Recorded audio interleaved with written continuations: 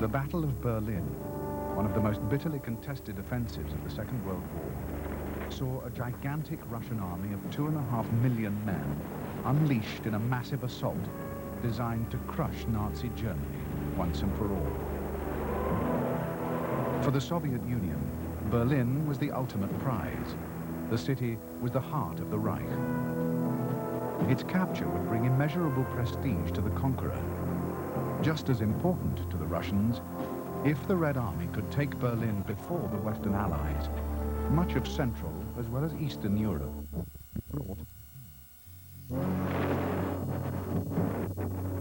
defeated at the gates of the capital.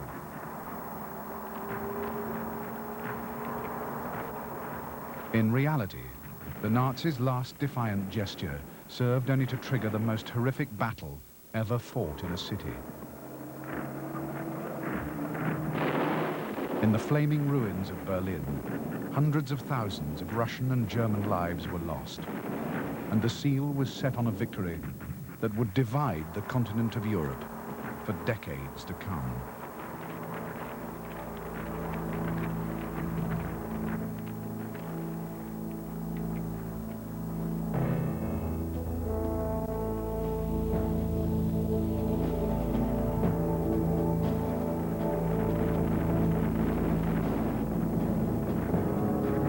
The beginning of the end for Hitler's Reich had come at the Battle of Kursk in July 1943. There, a massive German armored offensive, culminating in the greatest tank battle of the war, was utterly broken by the Red Army. At Kursk, any prospect that Germany could again take the initiative in the east vanished for good.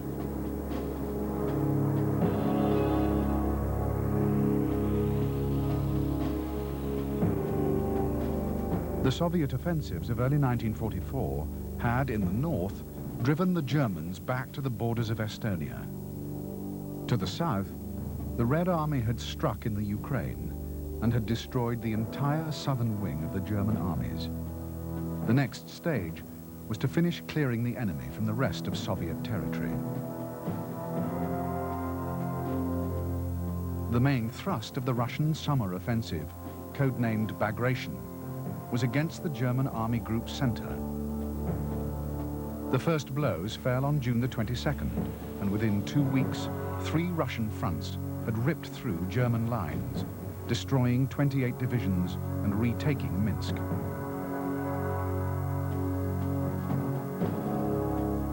On July the 13th, 1st Ukrainian and 1st Belarusian fronts were thrown at Army Group North Ukraine. 2 weeks later, the Red Army reached the river Vistula. And on August the 1st, the Polish capital, Warsaw, exploded in an uprising. To the north, the front line was pushed almost as far as Riga. In 5 weeks, Germany had lost 350,000 men, a disaster greater than Stalingrad.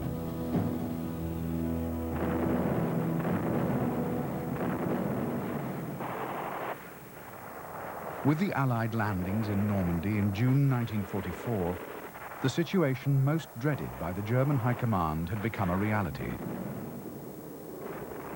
The Reich was doomed to a defensive war on 2 major fronts. Within 8 weeks, the Allies had broken out of their bridgeheads. The Wehrmacht bitterly contested every inch of ground, but the enemy dominated the skies. Another 8 weeks, and Paris had been liberated.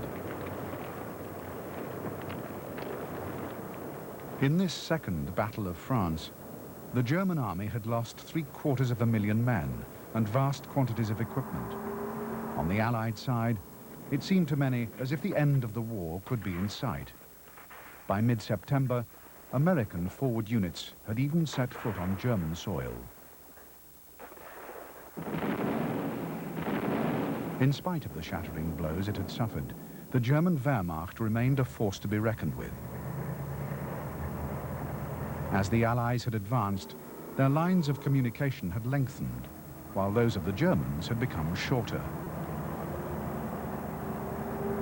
As yet, the Allies had the use of only one major seaport and were at the limits of their fuel and ammunition. Along the front, German resistance began to stiffen. And while the British and Americans argued over strategy, the Wehrmacht regrouped for a last-ditch offensive. The object was to split the Allied armies in two by attacking through southern Belgium and the forest of the Ardennes.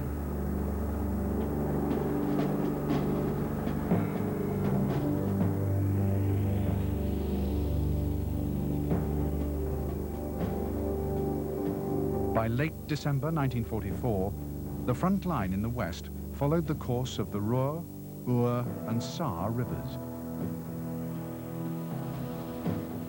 In southern Belgium, there was a shallow salient, a bulge in the line, facing the Ardennes, a hilly and in places heavily wooded region.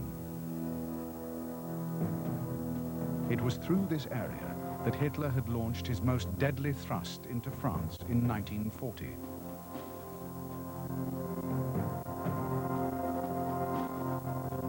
For the offensive that would become known as the Battle of the Bulge, the Germans had mustered the 6th SS and 5th Panzer Armies and the 7th Army. Facing them were elements of the American 1st and 9th Armies, flanked by the 3rd. On the 16th of December, the Germans attacked. In the north, 6th Panzer Army's progress was slow, but a spearhead broke through and charged headlong for the Meuse. 5th Panzer shattered the first inexperienced American divisions it encountered, and by the 18th was fast approaching Bastogne, a vital road and rail junction.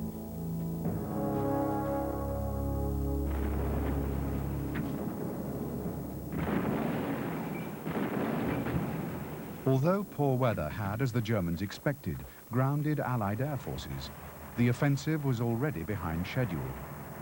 Wintry conditions and blown bridges were slowing the advance, and all German units were suffering from a desperate shortage of fuel. 5th Panzer had quickly surrounded Bastogne, but the Americans in the town refused to surrender, and by now, the Allies were recovering from the shock of the onslaught.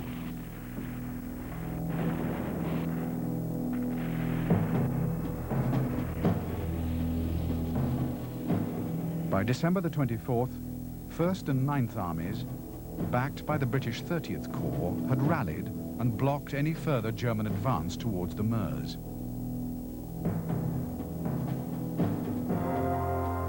The US 3rd Army now turned 90 degrees and attacked the German flank from the south.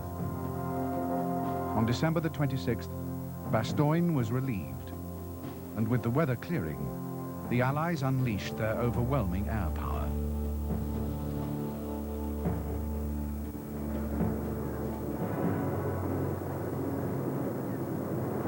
Within 3 weeks of the relief of Bastogne, the Germans had been forced back to their start positions.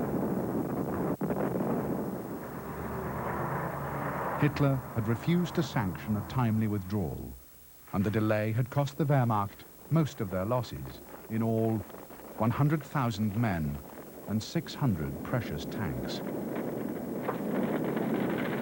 For the German armed forces, the Battle of the Bulge had been a catastrophe. For months, the Western Front had been allocated the bulk of German production of tanks and heavy weapons. Vast numbers had now been expended to no avail. Meanwhile, in the east, the Wehrmacht had been starved of resources. This at a time when the Red Army was stronger and more ably led than at any period in its history.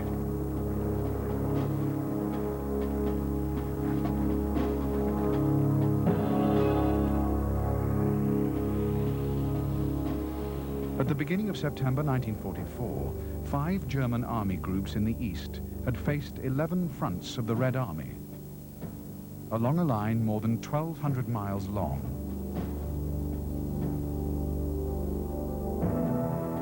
By mid-October, a Soviet drive to clear the Baltic states had left most of Army Group North cut off in the Courland Peninsula, where 20 infantry, and 2 armored divisions would remain trapped until the end of the war. To the south, 2nd, 3rd and 4th Ukrainian fronts had pushed into Romania and Hungary, and by late December had captured Belgrade and encircled the Hungarian capital, Budapest. There, another 188,000 Axis troops were cut off.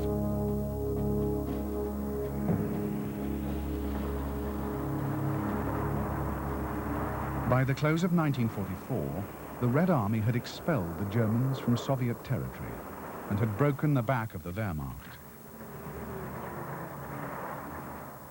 One by one, Germany's Axis allies had fallen by the wayside, and although fighting still raged around Budapest, all along the central and northern sectors of the front, Soviet forces had already begun a careful redeployment for the next major offensive.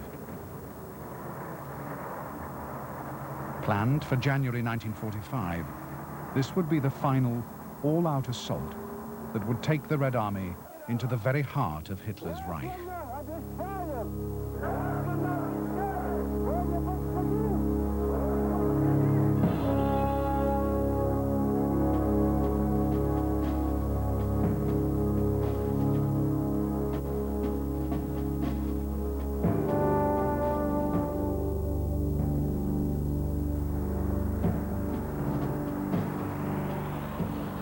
To Joseph Stalin, Berlin was the prize desired above all others.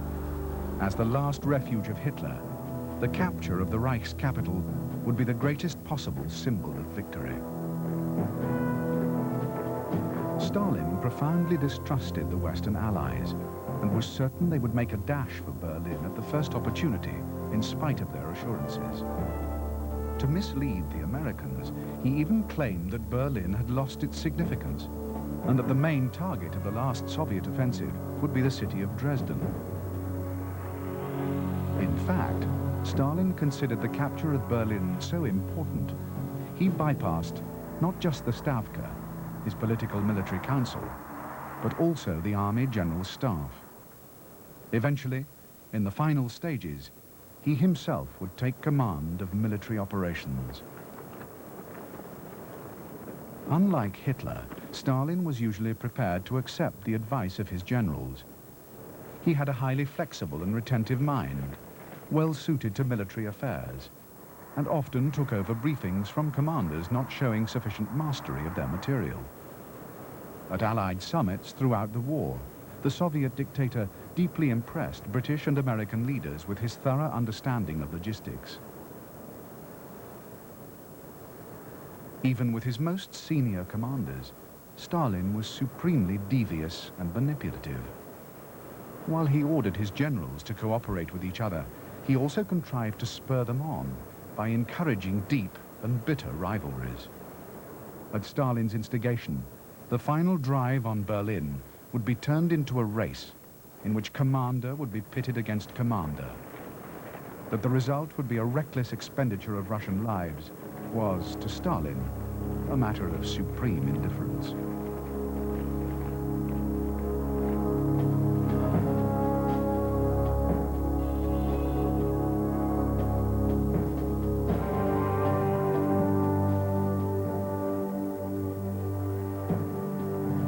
On July the 20th, 1944, a bomb had been planted in the conference room of Adolf Hitler's Wolf's Lair headquarters in East Prussia. The blast had killed 4 men, but by an amazing turn of luck, Hitler had escaped with minor injuries to his legs and arms. Within hours, the first of thousands of arrests had been made. Even before the attempt on his life, Hitler's relationship with his generals had been stormy, but now he became utterly paranoid. Dependent on cocktails of drugs prescribed by his personal physician, Hitler grew increasingly disturbed, unstable, and prone to violent fits of temper. The gulf between the Führer and his generals was now so great that all meaningful communication had virtually ceased. Hitler took personal control of even the minutest aspect of military operations, and his constant refrain was no withdrawal. The General Staff, desperate to gain room for operational maneuver, still the great strength of the German army, was viewed by Hitler as a collection of weak-willed and cowardly incompetents who refused to stand and fight. Hitler's response to any show of initiative in the field was to sack the offender unceremoniously. In the last 6 months of 1944, the entire army leadership on the Eastern Front had been replaced for one failing or another. The result was a complete collapse of confidence amongst senior German commanders. Many resigned, exasperated beyond endurance. The rest could do little more than stand humiliated on the sidelines while the German armed forces and Germany itself was led to the brink of catastrophe.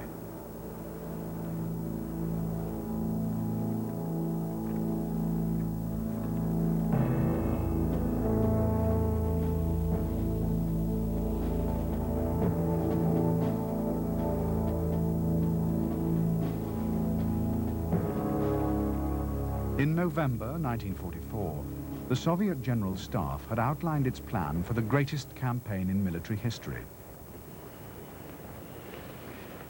The offensive would span the entire length of the Eastern Front, and fighting would take place in 8 different countries. In spite of the gigantic scale of the planned offensive, the Red Army estimated it would take just 45 days to achieve its objective, the capture of Berlin, the city that Stalin had called the lair of the fascist beast. Unusually, Stalin did not invite his front commanders to a conference where operations and tactics would be discussed. Instead, each was summoned in turn and given his operational area and his objectives. There were to be no arguments and no compromises.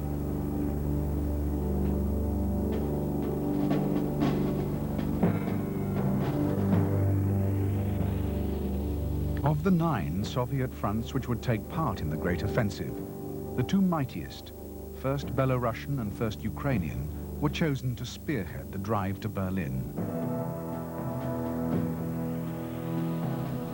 Standing opposite, blocking the path to the German capital, were Army Groups A and Center. To prevent them being reinforced, supporting attacks would be launched on both flanks. To the north, 2nd and 3rd Belarusian fronts would drive towards the East Prussian cities of Königsberg and Marienburg. In the south, 2nd and 3rd Ukrainian fronts would clear Hungary and strike into Austria.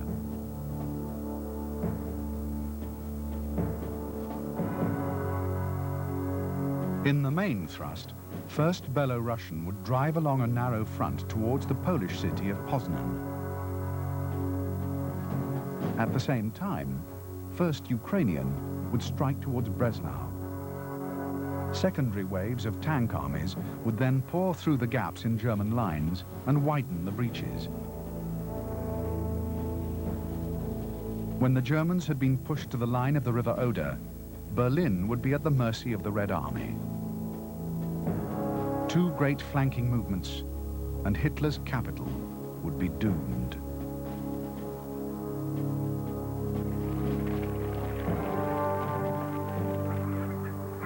The Soviet offensive was timetabled for the 20th of January 1945. This would give enough time for winter to freeze the notoriously wet Polish roads, and by then, fog would be less of a problem for the Air Force. Meanwhile, the great build-up would commence. Red Army reserves were increased all along the front, and supplies and equipment stockpiled for the operations to come. In preparation, a great propaganda offensive was begun. The Red Army was to be primed for its sweep into Germany by instilling in its ranks the deepest hatred of the German Wehrmacht and people. The keynote was revenge.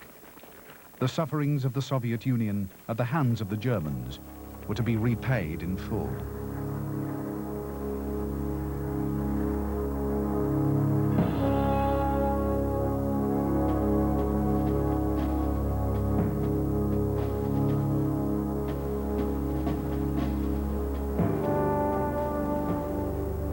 With the Red Army only 300 miles from Berlin, a distance the Russians were capable of advancing in as little as 5 weeks, it was obvious to the German High Command that the plight of the capital was desperate.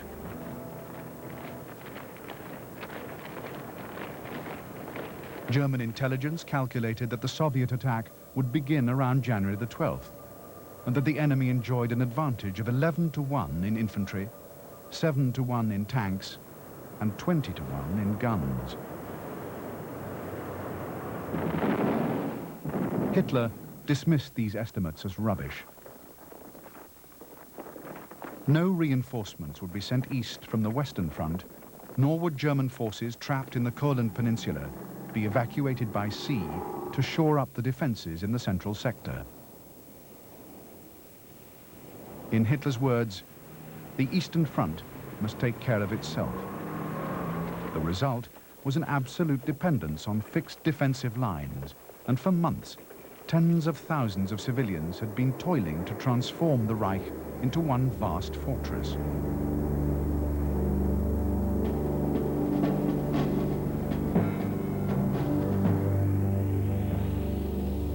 The Reich's system of defenses was based on 7 lines, the longest running for almost 400 miles. Each line bristled with anti-tank ditches, gun positions, and village forts, and the defensive zone was almost 300 miles in depth. Scattered throughout were heavily fortified towns or festons. Of these, the most formidable were Königsberg, Insterburg, Poznan, Stettin, Kustrin, and Breslau.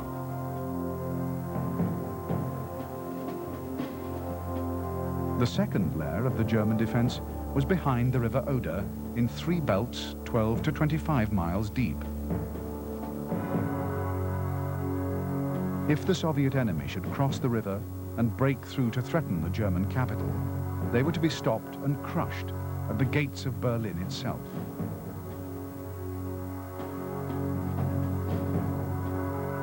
On its perimeter, the city was guarded by its own fortified defense line. Inside were yet more lines, dividing the capital into independent self-defending sectors, many crisscrossed by waterways. Berlin's massive concrete flak towers were also formidable. Their guns could be trained to fire down into the streets.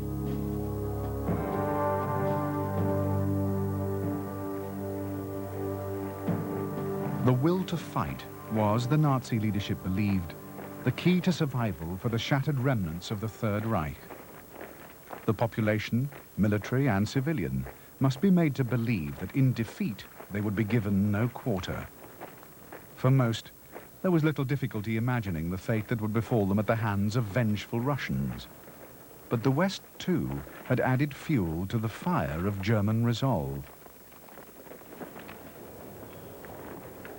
Almost ceaseless bombing of the Reich cities had already left many in ruins, and in the summer of 1944, an Allied plan had been discussed which seemed to promise no mercy for the German people. Germany was to be divided permanently. Huge swathes of territory were to be given to the Soviet Union, Poland, France, and Denmark. All her surviving heavy industry was to be dismantled, and Germany was to be returned to a medieval state of small farmers and a subsistence economy. The plan was supported by Roosevelt, but strongly opposed by Churchill, and was soon dropped. However, for Goebbels, the Nazi propaganda minister, it was priceless material. To the citizens of the Reich, and especially to the inhabitants of its capital, who had suffered so much from Allied bombing, it was yet more proof that the only hope was determined resistance to the very end.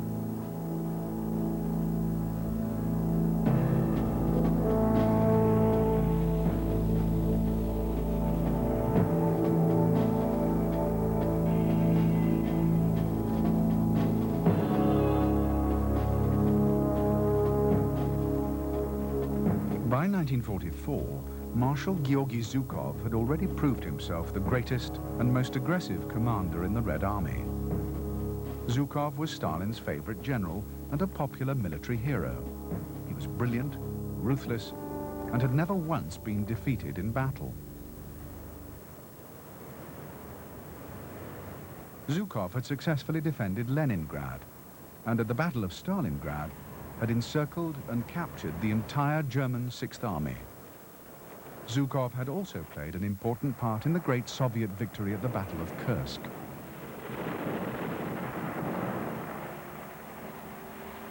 Since August 1942, Zhukov had been Deputy Supreme Commander of all Soviet forces, second only to Stalin. He had directed the huge Russian drive across the Ukraine, and as commander of the First Ukrainian Front, had advanced at an astonishing 30 miles a day in early 1944. In June, he took overall command of the Red Army fronts and orchestrated Russia's greatest military achievement of the war so far, the Discretion offensive and the rout of the German Army Group Center.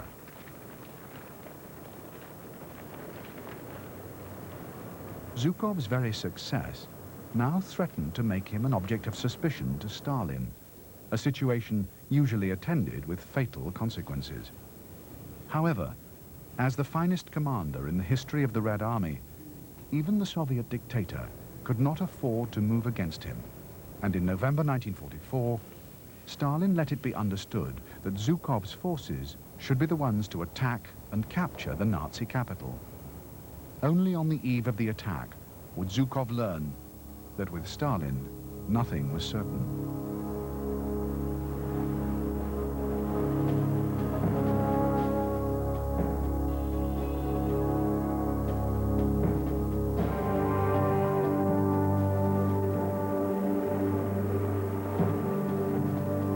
Although Field Marshal Ferdinand Schörner was an able soldier, he was also one of the most fervent Nazis ever to command a German army. Schörner would follow Hitler's most unrealistic orders to the letter, often with disastrous results. Schörner had been made chief of the National Socialist Leadership Corps in early 1944, and in June was in command of Army Group North during the Soviet summer offensive. With his army, Schörner was trapped on the Courland Peninsula, helpless for 6 months, until in January 1945, he was evacuated to command Army Group Center.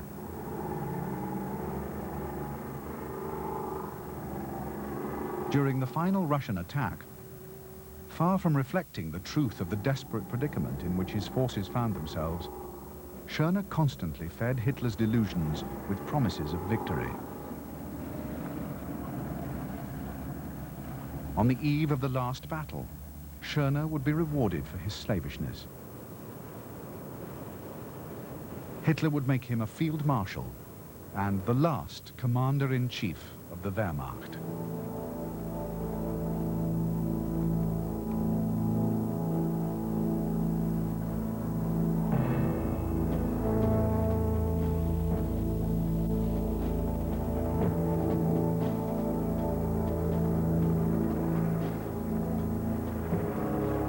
During 1944, the Red Army had launched no fewer than 10 major offensives, and as the year had gone on, its performance in the field had improved beyond all recognition.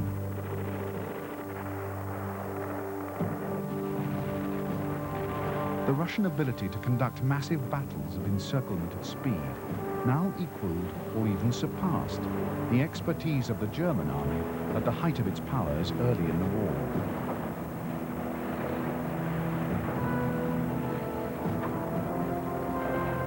The Red Air Force had also evolved into a supremely proficient service, excelling particularly in tactical operations. Its effectiveness had been radically improved by decentralizing its command structure, so that Soviet air power could respond quickly and flexibly to requests for support from the ground forces.